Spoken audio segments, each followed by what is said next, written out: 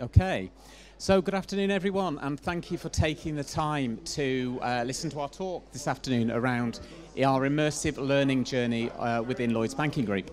I'd just like to thank firstly Instinct Resourcing for giving us this slot this afternoon to talk about this story. Instinct are a digital recruitment agency and based just over there, so I'd thank Instinct for giving us this time.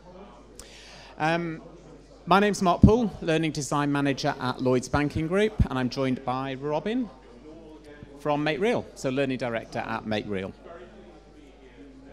So as I said, we are here today to talk to you about the immersive learning within Lloyds Banking Group, so the journey that we have been on. So why have we invested in this? Why have we invested in immersive learning within the group? So firstly, in order to transform the group for success in a digital world, we needed to invest in our colleagues. We needed to invest in the learning experience that we gave our colleagues. To deliver the skills and capabilities of the future, we really needed to offer an industry-leading, world-class learner experience. And this is really where our story started, and the implementation and deployment of a new immersive way of learning, initially through virtual reality. So the first VR experience that we designed was on personal vitality and resilience, very much an emotive topic. So this was our story. It started in 2018, 2019. We partnered with Make Real, who worked with us in the group in terms of being able to sell the story, sell the concept, get people curious, get people excited and interested in the topic, understand what VR was on. So this started in 2018, 2019, and this was our first use case.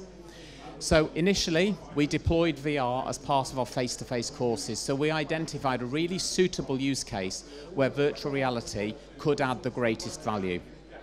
So again, being a bank, it's very rare that we would be talking about health and safety, life and death situations where typically and historically virtual reality comes into its own. We're very much talking behavioural, we're talking soft skill, we're talking personal effectiveness, personal excellence type solutions and type learning.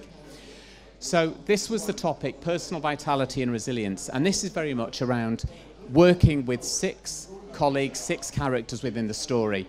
All of the characters are going through different levels of personal resilience. This was our most popular course. It was a one-day course, very much mental health, as I said, resilience related.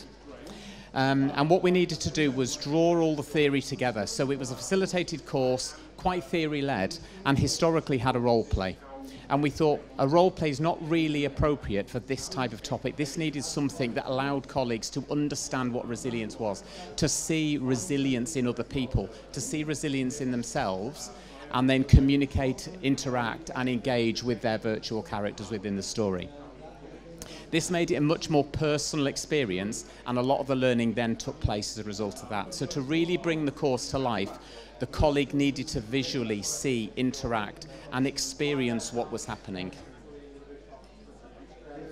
Following the success of the first experience, we also then launched 2 more experiences: relationship management and delivering business presentation skills.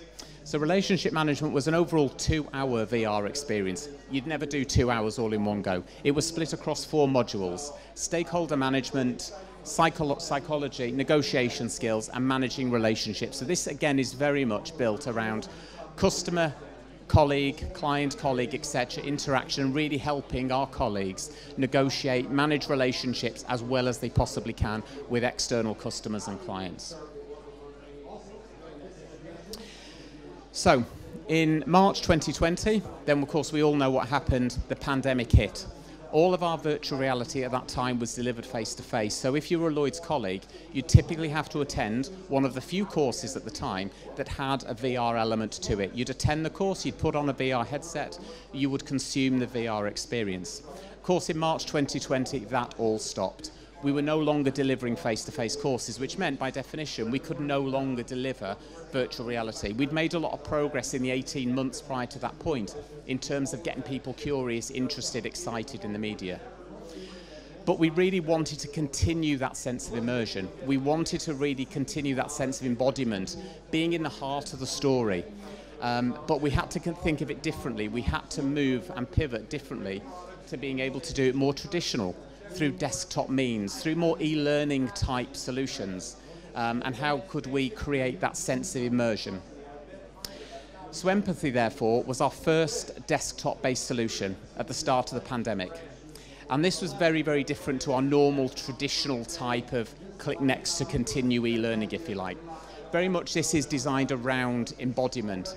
It's putting you in the position, in the shoes of someone else. You are interacting with colleagues, you're interacting with customers, you're making decisions as you go through the story, you're seeing the real-time impact of the consequences that you make. And then with perspective switching, you can see what it feels like to be on the other side. And that's the key bit. That's the sort of the key learn. You can, through perspective switching, see what it looks like to be the other person. We then developed further immersive learning solutions. Solutions such as customers in vulnerable circumstances, group-wide induction, Data City, which was a fictitious city where you use data to build a house and to build property, etc. And all of these have one key theme, and this embodiment. And Robin will talk shortly more about embodiment and some independent research that was then conducted. But this very much encapsulated embodiment. So we're always putting yourself in the shoes of someone else, engaging in real time, using the methods and the tools that you have at your disposal.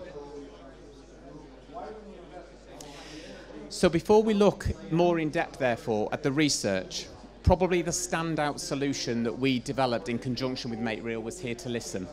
So a mental health related solution. This really did encapsulate what this type of learning was all about, both in VR but also through the other desktop-based solutions, this sense of immersion. So a sensitive course. The story is, you imagine a line manager and a colleague, both virtual, as we pretty much all are these days, having a mental health related conversation. A line manager receives a call through Teams, WebEx, whichever platform you might use, from a colleague within their team. The line managers are not expecting this call. The line manager's doing their normal work, they're doing their BAU activity. The colleague calls out of the blue, distressed. They need to have a conversation with their line manager. So it's, as a line manager, how do you deal with that situation you weren't expecting? How do you deal with that in the moment? And that's what Here to Listen is all about. But there's two key things. It uses your webcam and microphone so that you can then reflect back. So as part of the whole experience, you're watching yourself back. Probably quite cringeworthy for a lot of people as well, but you're then watching yourself back in terms of how you took that call. How did you interact with that colleague? What was your body language like? What was your eye contact like? What was your tone like? What were the words and phrases that you used? But crucially, how did that reflect on the other person? How did that reflect on the colleague? And that's when you can put yourself in their shoes. So it was sort of consciously making you feel uncomfortable, if you know what I mean, in terms of that. And it was really this case study, or this solution, that drove the next piece of independent research. And this was the case study that I'll hand over to Robin to go into a little bit more detail. Hello, can you hear me okay? Excellent stuff. Okay, thank you very much, Mark. So just moving on. So I'm going to reinforce some of the points that Mark made and talk about some research that we undertook to actually prove or disprove or certainly learn about the efficacy of the application that Mark just mentioned. So to start off, this was the brief that we got from Lloyd's. And just to unpack that a little bit, Lloyd's research had shown that colleagues understood the theory behind having these challenging conversations. They understood the theory behind having mental health interventions and so on. But when it actually came to having those conversations in practice, they felt unprepared to deal with it in real life. And that was really interesting, and we thought about that. And we started off by looking at what kind of research was out there that could support us and give us a starting point for developing a solution. And we were quite familiar with this study from UCL, which was from 2014. It's called Embodying Compassion. You can look it up. I'm just going to cover it in some very high-level detail. But effectively, this was a VR study, although the app, as Mark said, was a desktop-based simulation. But we felt a lot of it was relevant. And in this study, what you actually do is you take the role of a carer who has a distressed child. And then you can say whatever you like to that child, but your objective is to calm that child down using compassionate words, compassionate tone. And then once you've done that, you switch roles. So again, it's what Mark referred to there as embodiment or perspective taking, flipping it back and being able to see the answers you gave, the words you used, the tone you used for yourself. And that was really powerful. And what the study found was that without any learning materials at all, so with no added learning content whatsoever, and this is very high level, so please do look up the study the way I'm giving it back to you, but they did see an increase in compassion. They saw that people were able to be more compassionate, use more pro-social language, more compassionate language, purely as a result of this perspective taking without any additional learning materials. And we thought that was a really good starting point to think about our solution. So the solution itself has sort of three key features. As Mark said, it uses your webcam and it uses your microphone. So you are recorded, which had a lot of interesting challenges around GDPR and so on, which you'll hear more about shortly. But effectively, what you had was an intro part, which was a short conversation where your colleague Isaac calls you up and you become aware that he's having a mental health challenge at that point in time. And then after that initial conversation, we went through some learning screens, we went through some interactive elements and short games and interactives that helped you to understand how to build a strategy for having these conversations using the Reese's model, for any of you that are familiar with the Reese's model, which we don't have time to go into now. But then after that, you then had a much more in-depth conversation with Isaac following that part of the app where you were able to build up that strategy. And I'm now going to show a short video that brings that to life a little bit. Oh, no, I'm not yet, sorry. Oh, the video doesn't seem to be there, Mark. Is the video there? Have we taken that out? Okay. The first video doesn't seem to be in the deck. We'll skip over that. Okay, so we do have a short video. If anyone is interested in seeing that brought to life, do come and see us afterwards. We do have a short video of those pieces. But as I say, the first piece was a short simulation, 3 or 4 bits of conversation backwards and forwards, then the learning materials, and then finally a much more longer and in-depth conversation. And again, a key part of that was self-reflection, the ability to see yourself responding back and see your answers and self-rate those, etc. And then the original deployment of that, the first cohort was to mental health advocates within Lloyds Banking Group.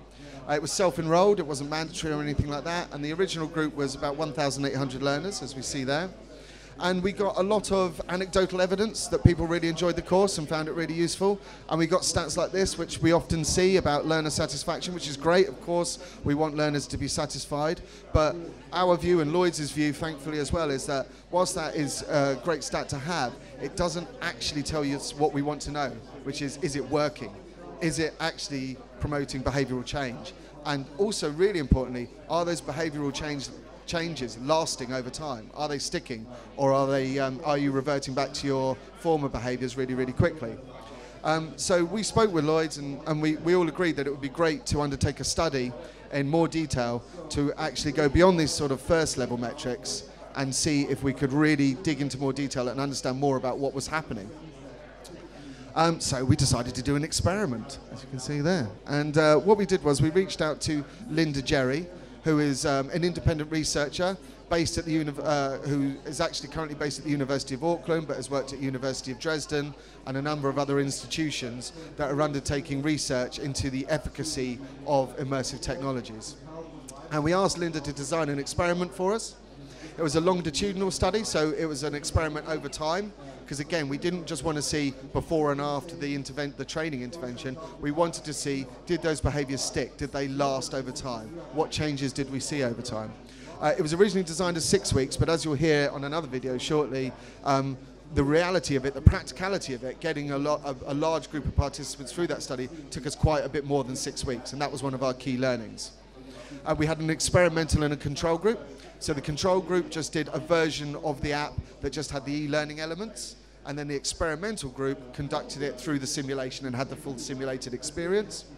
And then we also had a repetition of the experiment to validate the results. So we had a Lloyds group, and then we also had a participant group from the general population as well, because we wanted to know that our results weren't a one-off and were they reflected in the wider population beyond just the Lloyds colleagues. And I'm just going to pull out a few of the interventions that we designed in here. This wasn't all of them, but when we refer back to the results, we're going to come back to some of these interventions so you can see where we got to. So right at the beginning, we took some questionnaires and surveys, completed the training, and then took questionnaires and surveys immediately afterwards as well. And that gave us a benchmark for where all the participants were at the beginning, before they'd done the training, and then immediately afterwards as well. Then, nominally a couple of weeks in, but again, it took a lot longer to get some of the participants through. But about a third of the way through, we had another intervention where we asked the participants whether they would be willing to sign up to a petition for a fictional piece, in this case, but we didn't present it as fictional, piece of legislation that asked the government to increase income taxes in order to better fund social and mental health care. So there was an element of self-sacrifice in there. It's very easy to say yes if you're not sacrificing anything, but this was actually about giving up more income tax in order to fund that.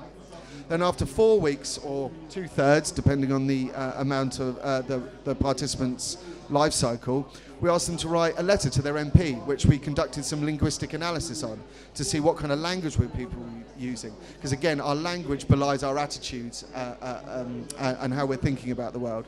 And then finally, quite a long way on, and the interesting thing about this last intervention was it wasn't presented as part of the study at all. This was just presented quite a long way after you've been through what you think the study's complete, and then you had an email in your inbox that didn't look like it had anything to do with the study, saying if you want to learn more about mental health, why don't you sign up to this course that we're running on a Saturday morning? So again, there was an element of self-sacrifice there. You weren't just doing it within the work hours or anything like that. You had to give up some of your personal time to sign up to this workshop about mental health.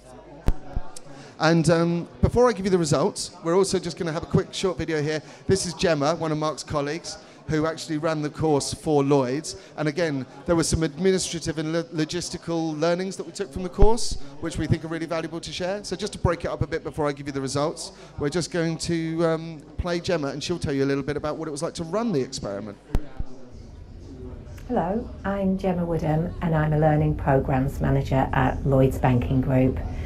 I project managed the Here to Listen initiative on the Lloyds side, working really closely with the Make Real team, and then I led on the deployment of the research study from within the bank. We knew straight away that this was a really exciting opportunity for us. We'd heard so much good feedback about the Here to Listen app. And this study would give us the chance to delve much deeper into the difference that this kind of learning could really make for colleagues. So we were very quickly able to secure senior buy-in and sponsorship for the study, and we were able to get started. The setup of the study involved a number of key activities. First of all, there was the recruitment of participants who could commit to completing the exercises over the course of a 6 to 8 week period. And we needed a significantly large enough group for the results to be viable. Then we had to explore and really understand each and every stage of the study. What did the entire end-to-end process look like from a participant's perspective? What were the touch points? How long would each of the activities take? We needed to be really upfront about the size of the ask for those volunteering. This then led us into a series of data security challenges, which, to cut a long story short, resulted in us hosting much of the study administration in-house. This included the setup of unique user IDs for each of the participants, so that no responses in the study could ever be linked back to an individual. Once we had the key launch comms ready, we were able to kick the study off. As with any project, we faced a number of challenges, so I thought I'd highlight a few of these and what we did to overcome them. We had a really positive response to the invitation to take part in the study, but of course, over time, life happens, work happens, and understandably, a number of the participants either fell behind in the study or had to withdraw. The study also ran into the Christmas and New Year holiday period, and the knock-on impact of all of this was that there was a much greater need for quite time-consuming admin to manually follow up and chase individuals to complete their tasks. IT security restrictions posed challenges throughout too. Some participants couldn't access all of the externally hosted parts of the study. So for those colleagues, we had to put in place manual workarounds to internally host and track elements of the process. Another security challenge related to email firewalls that blocked some of the automatically generated emails from the study host site. So it became far simpler to switch these off completely and shift to a manual reminder system that we could keep a better track of. This meant the creation of numerous email templates for each step of the process, and then the actual issuing of them as well. If I was to summarise the 3 biggest learns from the rollout of the study, they would be that it might take longer than you think. Colleagues were giving their time to contribute to the study from the side of their desks, but they also had lots of other things to prioritise and juggle. So the study did take longer than we anticipated. Another learn relates to the power of data, and given we had to manage parts of the process in-house, we had to ensure the most stringent of GDPR standards, working with data security experts at every stage of the study. And finally, the last learning point, and something I think we already knew, people really do care. Our colleagues were so enthusiastic to participate, and so many reached out separately to tell us how they were sharing the learning, what they were doing differently within their own teams since experiencing the app as part of the study. I'll hand you back to Sophie and Mark now to take you through the next part of the session. Great. When that was recorded, there was someone called Sophie stood where I was stood, by the way. I'm not Sophie, clearly. You would have been better with Sophie. I'm sorry you got the alternate, but that's me. Anyway, just quickly to run through the results. So firstly and most importantly, we did see improvement across all the groups. So actually both the control group and the experimental group did see improvements that were consistent across both groups. And some of the stats are there for you to see. But what we did see was some marked additional improvements from the experimental group. So to take some of those interventions I mentioned earlier, the signing of the petition with the increased income taxes, we had double the sign-up rate from the experimental group than we did from the control group. And when it was about giving up your own time on a weekend to learn more about mental health, we had just under 2 times the sign-ups from the experimental group as we did from the control group. When you see that in graph format, it's quite stark and marked, the difference between the control group and the experimental group, both in terms of signing the petition, and then also the town hall meeting responses, where we saw much higher accepted, and as you can see, as we go through into the declined and no response, much higher from the control group. The linguistic analysis was really interesting. Just to pull out a couple of really important ones there. Positive tone, we saw much higher increase in the experimental group.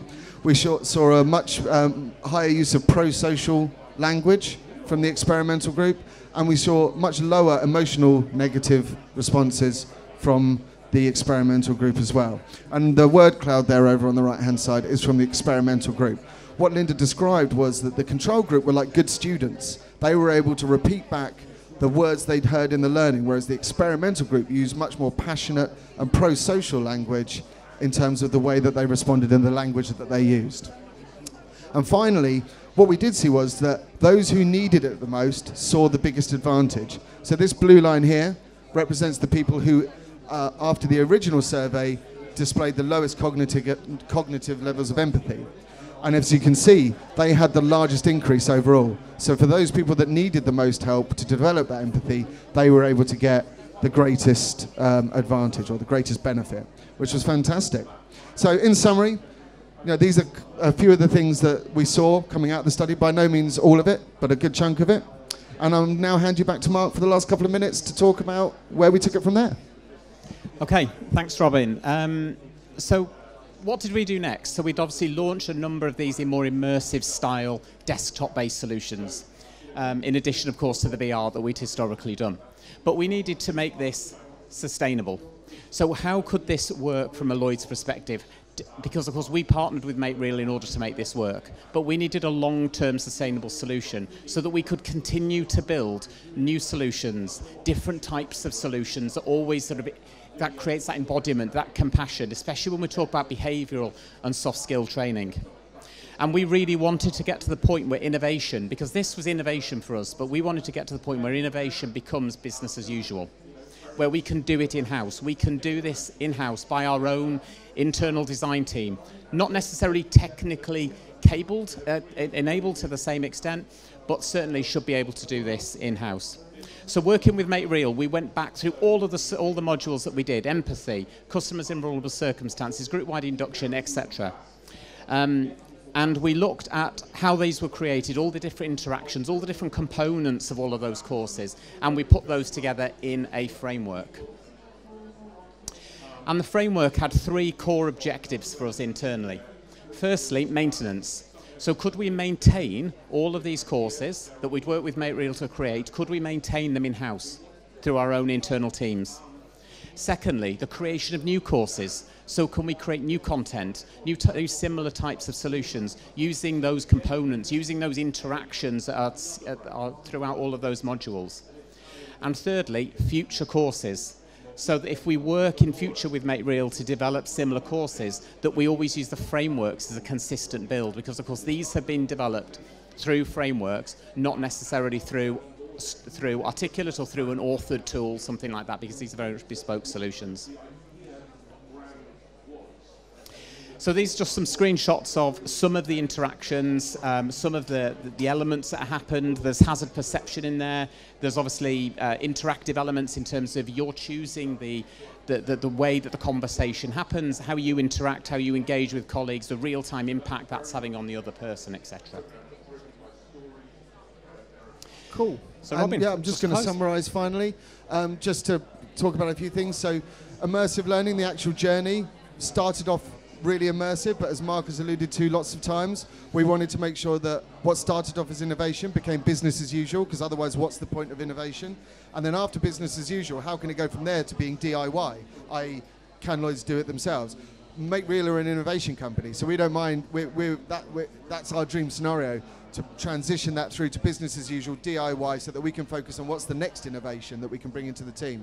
The research that we've discussed, so we proved whether it worked, that it took a place over that time, and some of the learnings that we pulled out of that. And then finally, that the results that we got from that research were able to allow Lloyds really to really know whether to invest more in this approach or not. You know, if you don't know whether it's working, how do you know whether to invest more in the future? We wanted to know, we wanted Lloyds to know. We crossed our fingers when the results came in, but the results were really interesting and really good. And that allowed us to build a framework for the future. So I hope there are some interesting insights into what we've been up to for the last at least a couple of years. Okay, that's great. Thank you all for taking the time this afternoon, and feel free, I think we've got a couple of minutes left, if you've got any follow-up questions.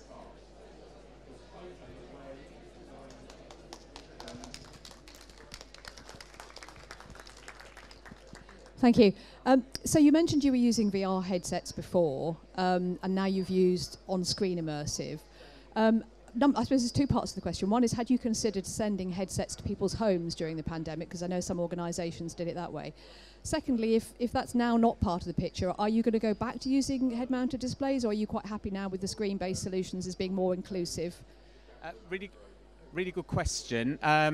So in terms of VR headsets, because we're an organisation of roughly about 65,000 colleagues, all of our training is group-wide, so any colleague across group, so it just wouldn't be logistically viable, as I'm sure in many of your cases it's not logistically viable to send a VR headset to every single employee that works for the company. So that's why initially when we started VR, when we started our VR journey, it was in a controlled face-to-face course. So you had to attend a face-to-face course with our learning delivery team. As part of that, you completed a VR experience. So that was a sort of a benefit of attending that course, really.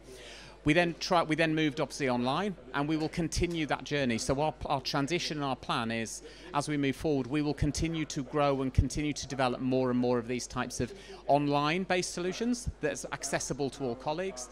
But in addition to that, we are also going back to face-to-face. Not to the same extent that we did before the pandemic, but we are going back to face-to-face. And the plan is that there's got to be a reason why we're going back to face-to-face. Why would we stop delivering that course via virtual classroom, which has been effective and it's been okay? Why would we then stop that to go back to face-to-face? There's got to be a reason for it. And deploying VR in a solution, in a face-to-face course, is that reason to be able to go back to a face-to-face course. And that's our sort of a longer-term plan. Thank you. Just another question on the ethics of your study. I'd have liked to have seen the ethics proposal for that one. How did you get away with lying to participants? That's an interesting one. To be honest with you, I wouldn't necessarily want to answer that myself because I wouldn't want to give you the wrong answer. I think that's really a question for Sophie and for Linda, who set that up. I don't think necessarily, I think up front we did give a positioning statement to all the participants explaining what they were going to go through and explaining that there were going to be multiple interventions, and some of those may or may not be as obvious and so on. So there were positioning statements put through. We've just pulled out a few of the key points there, but the actual broader range of communications was much more thorough. But I'd be more than happy to take that and get one of the team to respond to. Was anyone as angry as I would have been if I'd wasted time writing a letter to my MP to find out? No, they knew that writing the letter to MP was the only one on that board that was not clear was the signing up to the Saturday morning meeting, okay. And then we immediately went back to them with an automatic response straight away saying this was part of the study. We just wanted to see whether you did. The letter to the MP was completely obviously part of the study. The only one that wasn't was the self-sacrifice of your time for a further follow-up on mental health. And as I say, as soon as you responded, you got an auto-response that clarified the situation, so you weren't left hanging and didn't make any automations like that. And as far as I'm aware, we didn't have any colleagues from either the general population group or the Lloyd's group who were unhappy with any of the interventions. Again, there was a strong positioning up front as well. But in terms of the ethics, you can go down that rabbit hole quite a way. So I think that would be an interesting one. I'd be happy to put you in touch with Linda, who's completely independent, because she's a fascinating woman to speak to.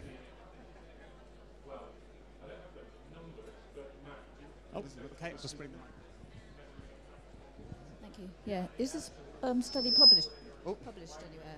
Sorry, can't hear Is you. the study published anywhere, or is it available, or in Sorry, particular the framework? Is the study published anywhere? The study is published. So if you want to take a photo of that QR code, behind there is a link to a blog post page. And on that blog post page, you have the full academic study, which is currently undergoing peer review. So it's currently in peer review as well. I want to make that absolutely clear. It's not been through that full process yet. But if you're into your stats and you're into your dense statistics, there's the full paper in there behind a text link. There's also an executive summary. And the page itself is in the format of an executive summary of the executive summary, as it were. So there's sort of 3 tiers of granularity around that information. Thank you. Was another go there? Sorry, taking it away from the study actually now, don't worry, is the resources and the assets that you create at Make Real, is that, are you able to tell us a little bit more about how you actually create those, say like the VR sort of situations? Is it through Blender? Or is it, we use very different toolchain from standard e-learning toolchain. So we're not using like, as you mentioned, Rise or Articulate. We use Unity, which is a gaming engine, and we're using a typically gaming engine-based toolset. However, we use exactly the same toolchain whether we're creating fully immersive VR experiences or the desktop experiences that you saw. And the desktop experience was SCORM wrap delivered through Workday, which is Lloyd's standard HR LMS platform. So the one toolchain was completely able to produce both types of content. And again, we've also helped to upskill some of Mark's team in using that tool set as well, so that they can maintain in the future. So again, without needing to be hardcore developers, we've extended the functionality of Unity so that in the drop-down menus you have access to all the framework components without having to write any code or any hardcore code or anything like that. So you can pull up previously produced modules, assign new graphics, new videos, new text content, new branding to them. Any other questions? One thing, I wouldn't mind just going back to the question from the first lady, sorry, about deployment. What we would always say at Make Real is it's completely audience and use case and learning and organisation culture dependent. So, in the case of Lloyd's, they were able to, in our first apps we developed with them, there was a clear need, there was a clear use case, there were clear opportunities in terms of role play and replacement of that, and there was a clear medium to do so through the classroom training. But Make Real, we don't espouse any one type of technology. They're just tools, and you've got to use the right tool in the right scenario for the right audience and the right use case. So if you've got 70,000 people and they're distributed all across the world, it's not necessarily going to be the right tool for you. If you've got a smaller cohort that you know are going to be going through a set facility, it can be a really valid tool, depending on the use case. There are a number of factors involved in it, and the most important thing is not to start with technology. Start with a problem, solve a problem, and then look at what technologies may or may not add value to it. And quite often, we spend as much of our time saying, no, VR is not right for this, as we do saying it's right for us. So I hope that's music to your ears afterwards. Okay, cool. Okay. Any more for any more? Brilliant. Okay, that's great. So everyone, thank you very much for your time this afternoon, and it's been a pleasure to meet you, and enjoy the rest of the day. Thank you.